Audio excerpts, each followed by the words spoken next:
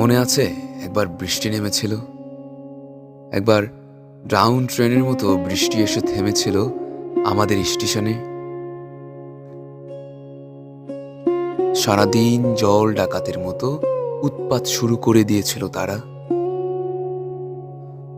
ছোটখাটো রাজনীতিকের মতো পাড়ায় পাড়ায় জুড়ে দিয়েছিল অথই স্লোগান। তবু কেউ আমাদের কাঁদা ভেঙে যায়নি মিটিংয়ে। থিয়েটার পণ্ড হলো। এই বৃষ্টিতে সভা আর তাসের আড্ডার লোক ফিরে এলো ঘরে। ব্যবসার হলো ক্ষতি, দারুণ দুর্দশা। সারাদিন অমুক নিপাত যাক, অমুক জিন্দাবাদ, অমুকের ধ্বংস চাই বলে আর হাবিজাবি হলো না পাড়াটা। ভদ্র শান্ত কেবল কয়েকটি গাছ বেফাস নারীর মতো চুল ঝাড়ল আঙিনায় হঠাৎ বাতাসে।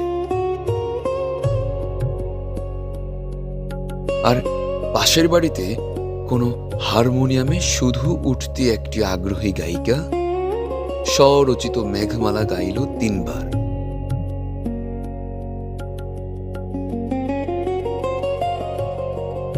আর কটি চাখোর মানুষ এলো রেনকোট গায়ে চেপে চায়ের দোকানে। তাদের স্বভাবসিদ্ধ গলা থেকে শোনা গেল, কি করি বলুন দেখি, দাঁত পড়ে যাচ্ছে, শুধু মাইনেটা বাড়ছে না। ডাক্তারের কাছে যাই, শুধু বাড়ছেই, ক্রমাগত বাড়ছেই হৃদরোগ, চোখের অসুখ।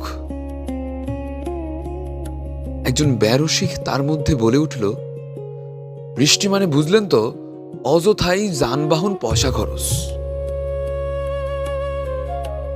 একজন বাতের রোগী গলা কাশল, ওহে ছোকরা, নুন চায়ে লেবুর টুকরাটা একটু বড় করে দিও।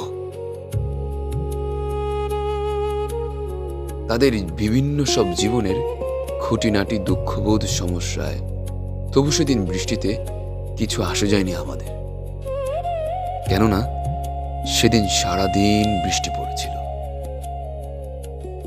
আকাশের অন্ধকার বর্ষণের সানুনয় অনুরোধে আমাদের পাশাপাশি শুয়ে থাকতে হয়েছিল সারাদিন।